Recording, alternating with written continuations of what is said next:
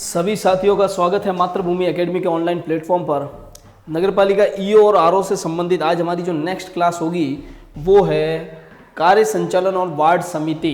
साथियों, इससे आगे हमने नगरपालिकाओं के गठन और शासन से संबंधित इम्पोर्टेंट जो धाराएं थी, महत्वपूर्ण जो धाराएं थी, उनके बारे में पूरा अध्ययन कर लिया था और वो धाराएं लगभग 3 से लेके 50 तक की धाराएं हमने उसमें पढ़ी थी।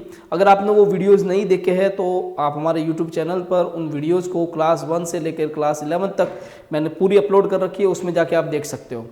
आज मेरा जो टॉपिक है वो है कार्य संचालन एवं वार्ड समिति। और कार्य संचालन और वार्ड समिति में आपको धारा नंबर 51 से आगे मैं बताऊंगा कि भाई कौन कौन सी इंपॉर्टेंट इसमें धाराएं रहेगी और इसको किस तरीके से हम समझ सकते हैं। तो साथियों, अभी नेक्स्ट इंपोर्टेंट जो धारा है हमारे धारा नंबर 51 और टॉपिक का नाम क्या है? टॉपिक का नाम है कार्य संचालन एवं वार्ड समिति। यानी इसमें हम नगरपालिका किस तरीके से कार्य करेगी उस पर अध्ययन करेंगे। साथ में इसमें जो वार्ड समितियां बनती है, वार्ड समितियां जैसे 2-3 वार्डों को इकट्ठा करके एक समिति बनाई जाती है ताकि काम को, जो कार्य होता है नगरपालिका उसको प्रॉपरली किया जा सके, उसको सही तरीके से किया जा सके, उसके लिए कार्य समितियां बनाई जाती है। ठीक है। और ये जो वार्ड समितियां है, जो कार्य समितियां है, कार्य संचालन के लिए जो वार्ड समितियां होती है वो कौन कौन सी वार्ड समितियां होगी, कौन कौन से इसमें नियम कायदे होंगे, कौन कौन से इंपॉर्टेंट फैक्ट्स या पॉइंट होंगे जो हमको इसमें याद रखने, वो हम यहाँ पर आज चर्चा करेंगे। इसके लिए सबसे पहले धारा नंबर 51 को पढ़ते हैं। और धारा नंबर 51 किससे संबंधित है साथियों? धारा नंबर 51 में कहा गया है नगरपालिका की बैठक से संबंधित, यानी जो नगरपालिका होगी उसकी बैठक कब होगी। अब देखो, आपने आगे वो देख लिया कि भाई नगरपालिका में निर्वाचन किस तरीके से होगा। अब निर्वाचन होने के बाद नगरपालिका की जो बैठक है उस बैठक के बारे में धारा नंबर 51 में बताया गया है कि जो नगरपालिका की बैठक है वो पालिका की बैठक 60 दिन में एक बार होगी। कितने? 60 दिन में एक बार पालिका की बैठक होना अनिवार्य है। अब 60 दिन में एक बार, इसका मतलब 12 महीने हैं, तो 12 महीने में कितनी बार? 12 महीने में 6 बार पालिका की बैठक होगी। ये आप फैक्ट याद रखिएगा, ये मोस्ट इंपॉर्टेंट हो गया कि भाई नगर पालिका की बैठक जो होती है वो कितने समय में होती है। तो नगर पालिका की जो बैठक होती है वो 60 दिन में एक बार होती है। और अगर कहा जाए साल में कितनी बार होगी, तो साल में कितनी बार होने वाली है नगर पालिकाओं की बैठक? 6 बार होने वाली है। नेक्स्ट साथियों, आप इसमें देखिएगा विशेष बैठक के बारे में, इसमें एक इंपॉर्टेंट जो डाटा है वो है इस धारा में। ठीक है। ये विशेष बैठक क्या होती है? देखिए, आम बैठक तो होती है लेकिन इसके अलावा एक विशेष बैठक के बारे में भी इसमें बताया गया है। और ये विशेष बैठक का मतलब क्या है? कोई इंपॉर्टेंट मुद्दा आ जाए, कोई महत्वपूर्ण चर्चा का विषय हो जाए, उसमें कोई बैठक लेनी जरूरी है, तो उसके लिए क्या किया जाता है? अध्यक्ष द्वारा जो भी नगरपालिका के निर्वाचित सदस्य होते हैं उसके 1/3 सदस्यों द्वारा एक संकल्प लाया जाता है, एक संकल्प को पारित किया जाता है 1/3 सदस्यों के द्वारा। और 1/3 सदस्यों के द्वारा जब संकल्प पारित किया जाता है तो वो संकल्प किसके लिए होता है? विशेष बैठक के लिए होता है। संकल्प पारित करने के बाद 7 दिन के भीतर क्या किया जाता है? विशेष बैठक को बुलाया जाता है।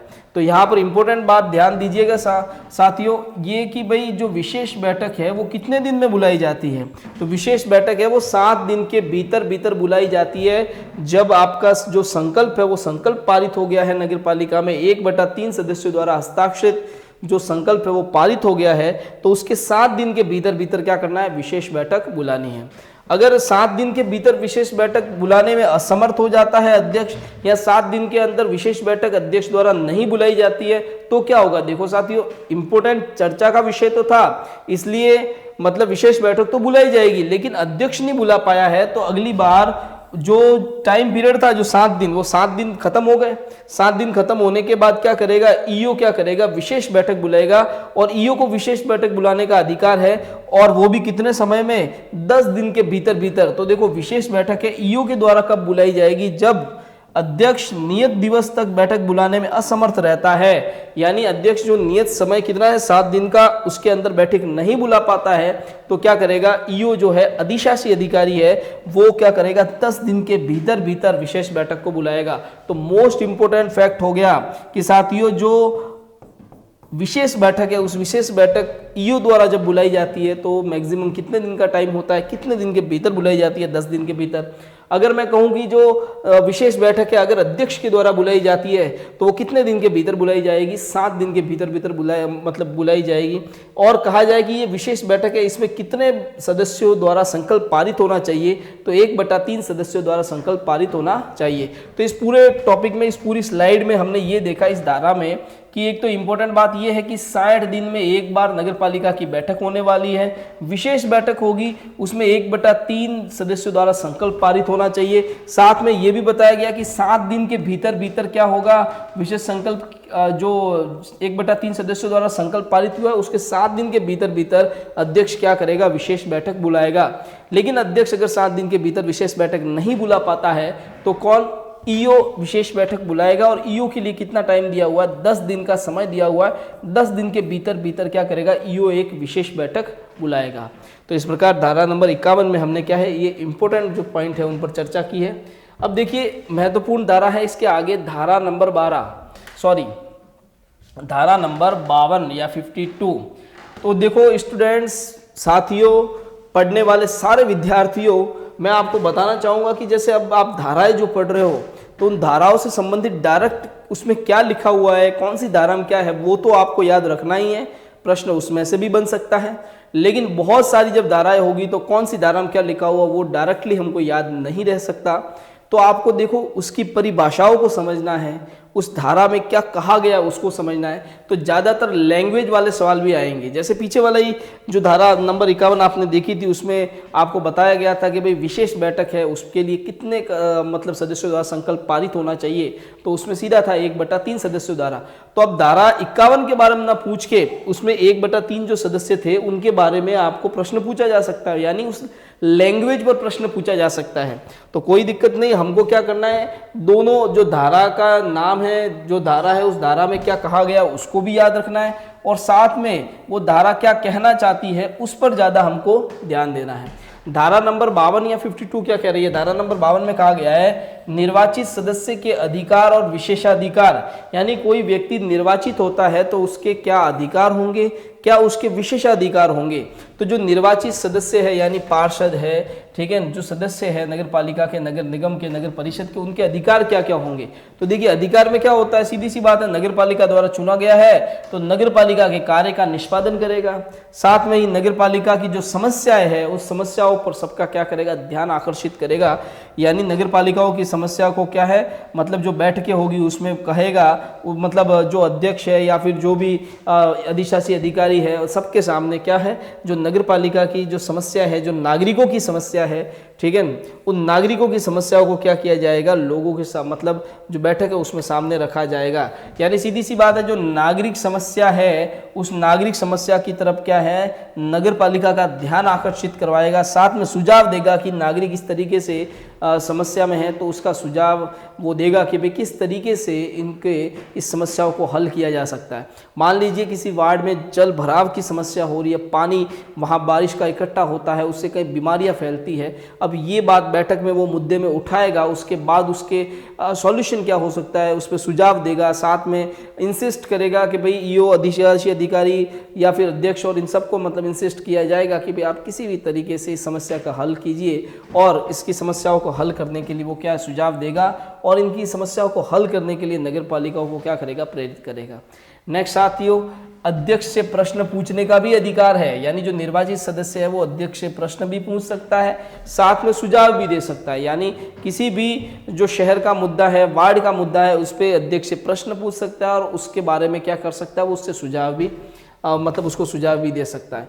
नेक्स्ट, नगर पालिका का जो अभिलेख होता है उन अभिलेखों का निरीक्षण।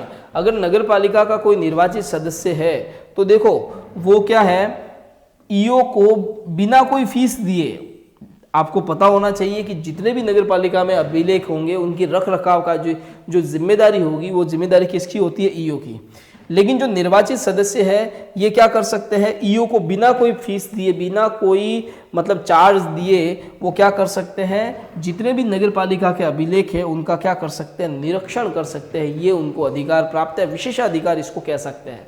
तो ये बहुत ही महत्वपूर्ण बात हुई कि भाई ईओ को अगर कहे कि भाई ईओ को मान लीजिए 2000 की फीस अदा करके नगर पालिका अभिलेख का निरीक्षण सदस्यों द्वारा किया जाता है, क्या ये कथन सही है? नहीं, ये कथन सही नहीं है।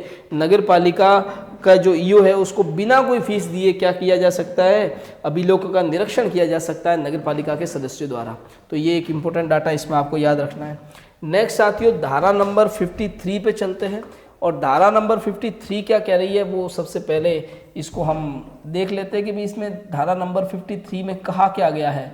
तो मोस्ट इम्पोर्टेंट बात, जो भी अध्यक्ष उपाध्यक्ष है उनके विरुद्ध अगर अविश्वास प्रस्ताव लाना है तो वो किस में कहा गया है? वो धारा नंबर 53 में कहा गया है।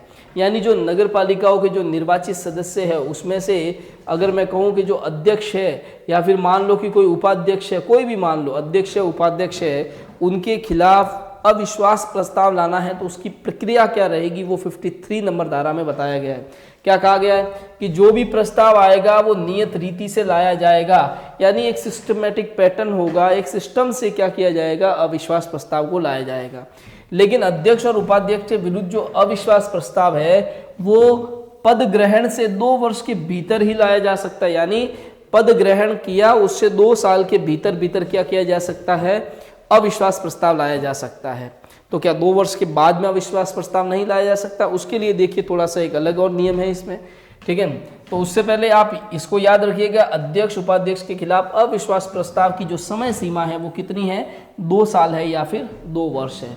नेक्स्ट साथियों ध्यान देना, अध्यक्ष उपाध्यक्ष अगर कोई उपचुनाव से चुन के आया है, यानी री इलेक्शन हुए हैं, उपचुनाव हुए हैं और उस उपचुनाव में किसी अध्यक्ष की या उपाध्यक्ष का चयन हुआ है, अध्यक्ष या उपाध्यक्ष चुन के आया है, तो उनके खिलाफ अगर अविश्वास प्रस्ताव लाना है तो इसके लिए आप मोस्ट इंपोर्टेंट याद रखिएगा कि उनकी जो आधी कालावधि है समाप्ति के बाद ही अविश्वास प्रस्ताव लाया जा सकता है। यानी मान लो कि भाई 2 साल के बाद उपचुनाव हुआ है, अब 3 साल रहे हैं और कोई उपचुनाव में जीत के आया, चेयरमैन बन गया है, अध्यक्ष बन गया है, अब उसके खिलाफ हमको अविश्वास प्रस्ताव लाना है तो वो अविश्वास प्रस्ताव मतलब उसकी आधी कालावधि, मतलब उसने ज्वाइन किया उसके बाद कितना 3 साल तक वो रह सकता था, तो उस 3 साल में से 1.5 साल होगा, उसके बाद ही वो क्या है वहाँ पर उसके खिलाफ क्या है और जो भी आपको अविश्वास प्रस्ताव लाना है वो लाया जा सकता है। यानी मोस्ट इंपोर्टेंट बात, आधी कालावधि की समाप्ति के बाद ही क्या किया जा सकता है? जो उपचुनाव में जीत कर आए हुए होते हैं अध्यक्ष उपाध्यक्ष,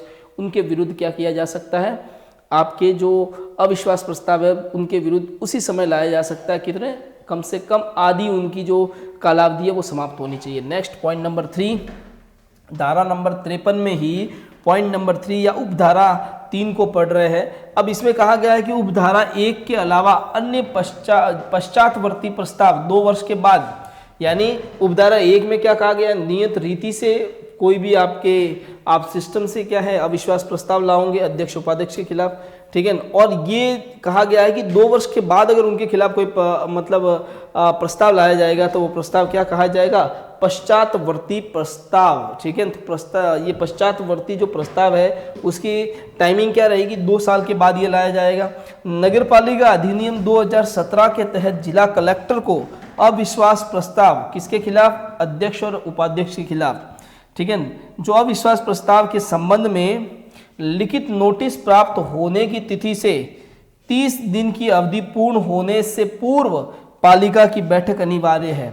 यानी साथियों इसका मतलब ये है कि जो भी अध्यक्ष उपाध्यक्ष के खिलाफ जो पश्चातवर्ती आपके प्रस्ताव आएगा उस अविश्वास प्रस्ताव को एक लिखित नोटिस हमको किसको देना पड़ेगा? जिला कलेक्टर को।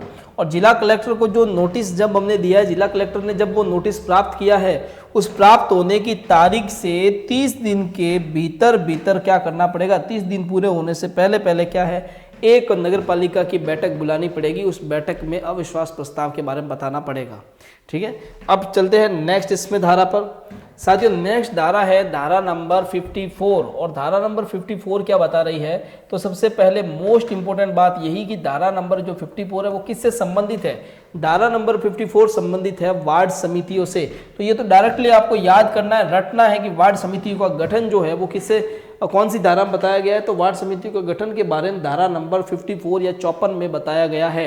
नेक्स्ट साथियों इसमें देखो कि जो 3 लाख से अधिक जनसंख्या वाले क्षेत्र है, 3 लाख से अधिक जनसंख्या वाले क्षेत्रों में जो नगर पालिकाएं है उन नगर पालिकाओं में एक या अधिक वार्ड को शामिल करके क्या किया जाएगा, वार्ड समितियां बनाई जाएगी।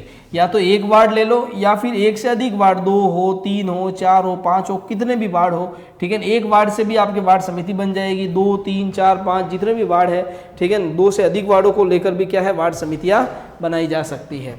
अब साथियों यहाँ पर ध्यान देना कि भाई इन वार्ड समितियों में कौन होंगे, यानी जो वार्ड समितियां बनाई जाएगी उसमें सदस्य कौन कौन होंगे। तो देखो जो वार्ड समिति है उसमें एक तो निर्वाचित सदस्य होंगे वार्ड के, यानी जिस वार्ड को लिया गया है वार्ड समिति में, उस वार्ड का जो निर्वाचित सदस्य है वो ऑटोमेटिकली उस वार्ड समिति का क्या बन जाएगा, सदस्य बन जाएगा। नेक्स्ट साथियों देखना, विशेष ज्ञान वाले 5 से अधिक सदस्य, यानी विशेष ज्ञान रखने वाले नगर पालिकाओं का विशेष ज्ञान रखने वाले, अनुभव रखने वाले 5 से अधिक सदस्य, जिनकी उम्र कितनी होनी चाहिए, 25 वर्ष जिनकी क्या होनी चाहिए, उम्र होनी चाहिए, और इनके पास क्या होना चाहिए, विशेष अनुभव, विशेष ज्ञान होना चाहिए। ऐसे व्यक्तियों को क्या किया जा सकता है, नगर पालिका की जो वार्ड समिति है उस वार्ड समिति में इनको क्या है, रखा जाता है। तो ये बहुत ही मेन इंपॉर्टेंट बात कि वार्ड समिति है उसके लिए जनसंख्या कितनी होनी चाहिए, 3 लाख की जनसंख्या होनी चाहिए। क्या एक वार्ड को लेके वार्ड समिति बन सकती है, हाँ बन सकती है। और एक वार्ड से अधिक कितने, यानी एक वार्ड से अधिक बोले 2 वार्ड हो, 3 वार्ड हो, 4 वार्ड हो, 5 वार्ड हो, सब इन सबको मिला के क्या बनाई जा सकती है, वार्ड समिति बनाई जा सकती है। साथ में इन वार्ड समिति, जिन वार्डों को मिला के वार्ड समिति बनाई जाएगी, उनका जो निर्वाचित सदस्य होगा वो ऑटोमेटिकली उस वार्ड समिति का क्या हो जाएगा, सदस्य होगा। साथ में इन वार्ड समितियों में 5 से अधिक क्या है, 5 से अधिक 25 वर्ष की उम्र के जो मतलब सदस्य है या व्यक्ति है, उनको क्या, जो विशेष ज्ञान रखते हैं, विशेष अनुभव रखते हैं, उनको वार्ड समिति में सदस्य बनाया जा सकता है। और लिमिट कितनी है, 5 से ज़्यादा, 5 से ज़्यादा आप रख सकते हो, ठीक है। चलिए साथियों नेक्स्ट देखिए।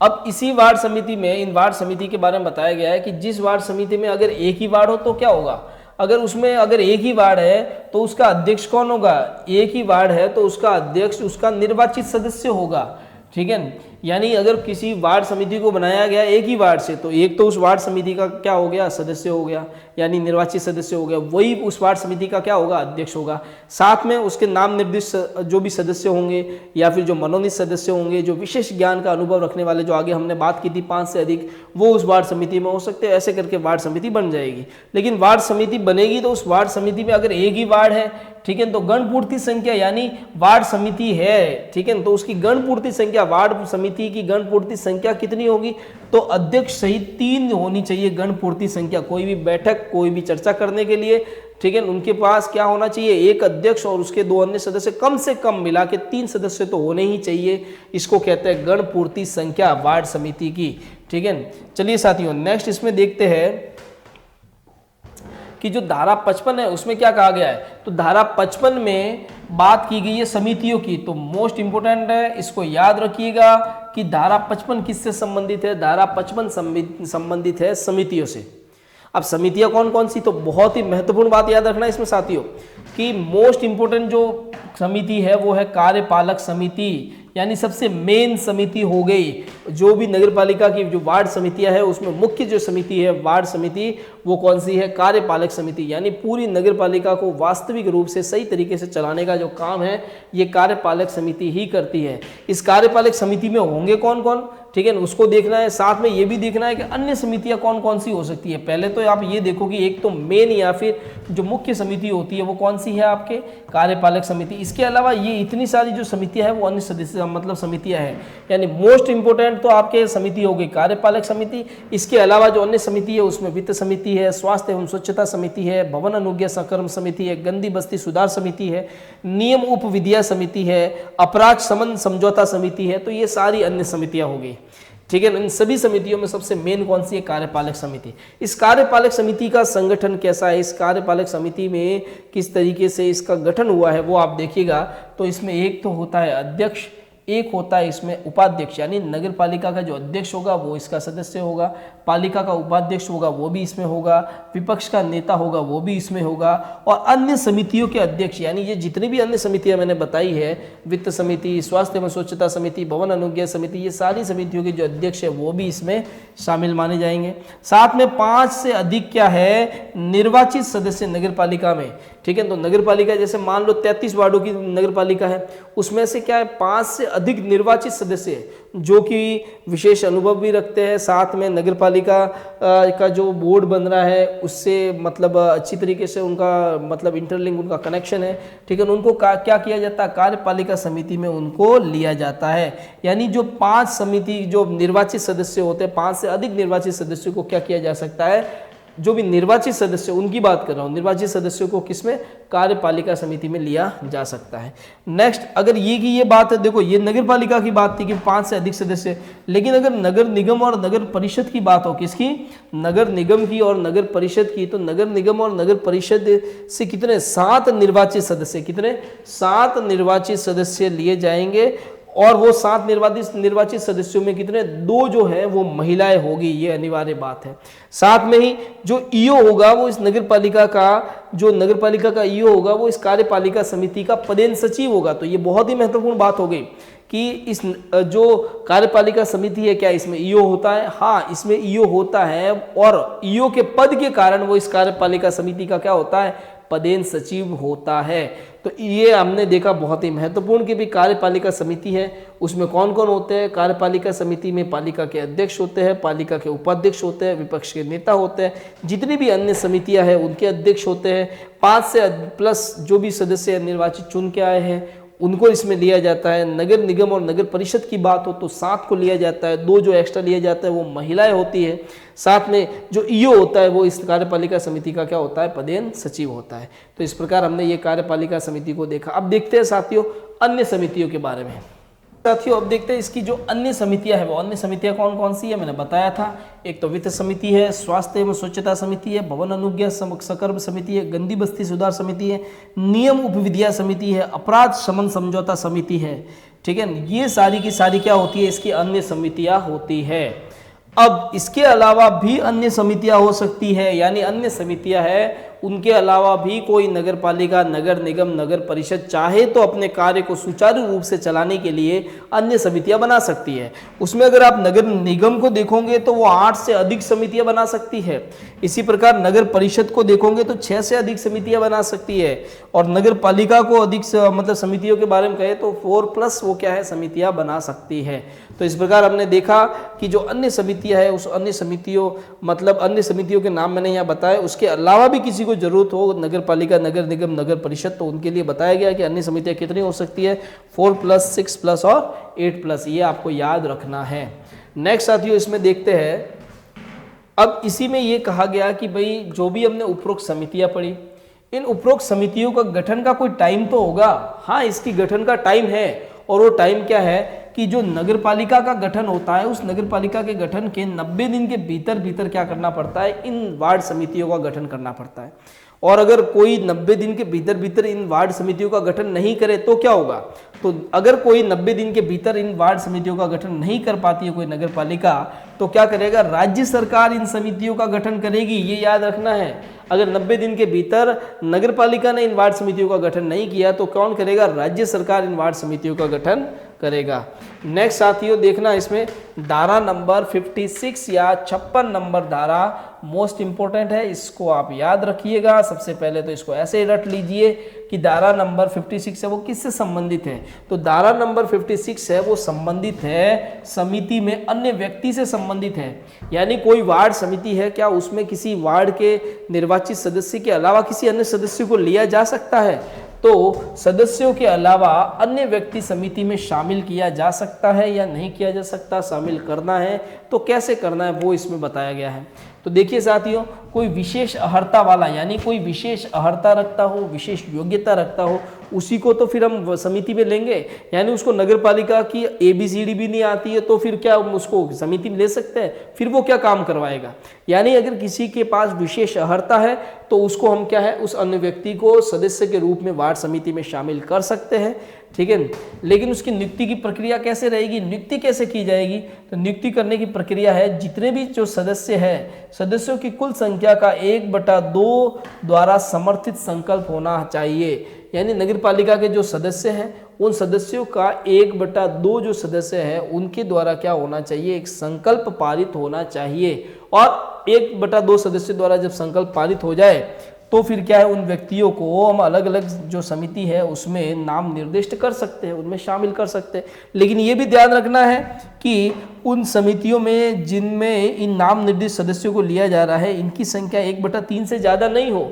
जैसे मान लो किसी वार्ड समिति में 9 सदस्य हैं, तो 9 में से 3 सदस्य नाम निर्दिष्ट होने चाहिए या नाम निर्दिष्ट हो सकते हैं, ठीक है। और 6 सदस्य हैं, वो कौन होंगे, वो निर्वाचित है, वही रहेंगे, ठीक है। तो इस प्रकार से मैं ये कह सकता हूँ कि 1/3 से अधिक क्या है, नाम निर्दिष्ट सदस्य नहीं होने चाहिए। मोस्ट इंपॉर्टेंट बात आप याद रखोगे कि जो वार्ड समिति में अन्य सदस्यों को लिया जाता है, जो विशेष ज्ञान रखते हैं, विशेष अर्हता रखते हैं, वो कितने होते हैं, 1/3। यानी किसी समिति को अगर मैं कहूँ कि कोई समिति 15 की है तो उसमें से 5 सदस्य नाम निर्दिष्ट हो सकते हैं, ठीक है। 1/3 यानी 15 का 1/3 कितना होता है, 15 का 1/3 होता है 5, ठीक है। यानी जो 10 सदस्य है वो तो होंगे निर्वाचित, और उसके अलावा जो 5 सदस्य हैं वो क्या हो सकते हैं, आपके इसमें नाम निर्दिष्ट हो सकते हैं, ठीक है साथियों। तो ये एक बहुत ही इंपॉर्टेंट डाटा हमने देखा धारा नंबर 56 से।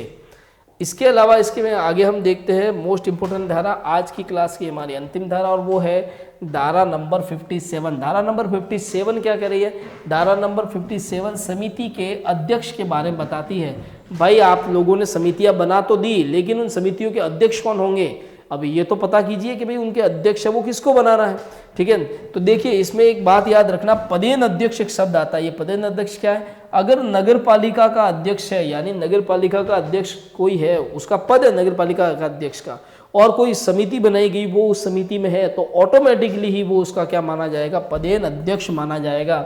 यानी आप देखो जैसे कार्यपालिका समिति हमने देखी थी, और कार्यपालिका समिति में नगर पालिका अध्यक्ष थे, तो ऑटोमेटिकली वो क्या हो गए थे, उसके नगर पालिका जो कि नगर पालिका की कार्यपालिका जो समिति थी उसके वो क्या है, पदेन अध्यक्ष बन गए थे। इसी प्रकार अगर कोई उपाध्यक्ष किसी समिति में है, यानी अध्यक्ष नहीं है, अब कोई ऐसी समिति है जिसमें उपाध्यक्ष है, तो उपाध्यक्ष के पद के कारण वो उस समिति का ऑटोमेटिकली क्या हो जाएगा, पदेन अध्यक्ष हो जाएगा। उस समिति की मैं बात कर रहा हूँ। नेक्स्ट देखना साथियों, नगर पालिका का अध्यक्ष और उपाध्यक्ष दोनों ही किसी वार्ड समिति में नहीं है, तो क्या होगा, सदस्यों में से किसी एक को चुना जाएगा अध्यक्ष के रूप में।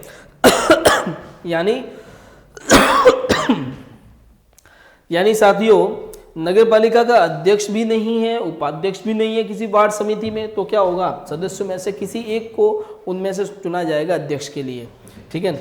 अब एक बहुत ही मोस्ट इंपोर्टेंट बात ये भी याद रखना कि यदि समिति का अध्यक्ष अनुपस्थित है, यानी जो वार्ड समिति है उसका अध्यक्ष अनुपस्थित है, कोई इसका संचालन कर रहे कार्य का लेकिन अध्यक्ष नहीं है, तो क्या करेंगे, सदस्य अपने में से किसी को अध्यक्ष चुनेंगे और उस कार्य को पूरा करेंगे, उस वार्ड समिति का जो संचालन है उसको पूरा करेंगे, ठीक है।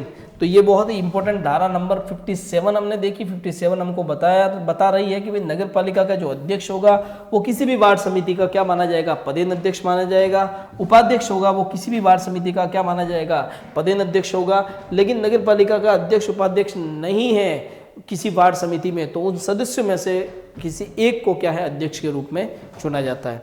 तो ये साथियों हमने बहुत ही इंपॉर्टेंट आज धारा नंबर 51 से 57 तक जो हमने वार्ड समितियों के गठन से संबंधित धारा है उनको पढ़ा है, ठीक है। इससे संबंधित और जो इसकी क्लास है, नेक्स्ट क्लास बहुत जल्दी से जल्दी हम लेके आ रहे हैं। इससे पहले अगर आपने इस चैनल को सब्सक्राइब नहीं किया है तो चैनल को सब्सक्राइब करिएगा, क्योंकि आपका सब्सक्राइब करना हमारे जो टीम मतलब जो हमारी टीम है उस टीम के लिए एक मोटिवेशन का काम कर रहा है, ठीक है ना। आपके जो द्वारा चैनल सब्सक्राइब किया जाता है, आपके द्वारा चैनल को आगे प्रमोट किया जाता है, वही हमको मोटिवेट करता है ताकि आपके लिए हम बेटर से बेटर वीडियो लेके आ सके। साथियों अगर आपने चैनल को सब्सक्राइब नहीं किया है तो चैनल को सब्सक्राइब करिएगा और ज़्यादा से ज़्यादा इस वीडियो को आगे से आगे शेयर करिएगा।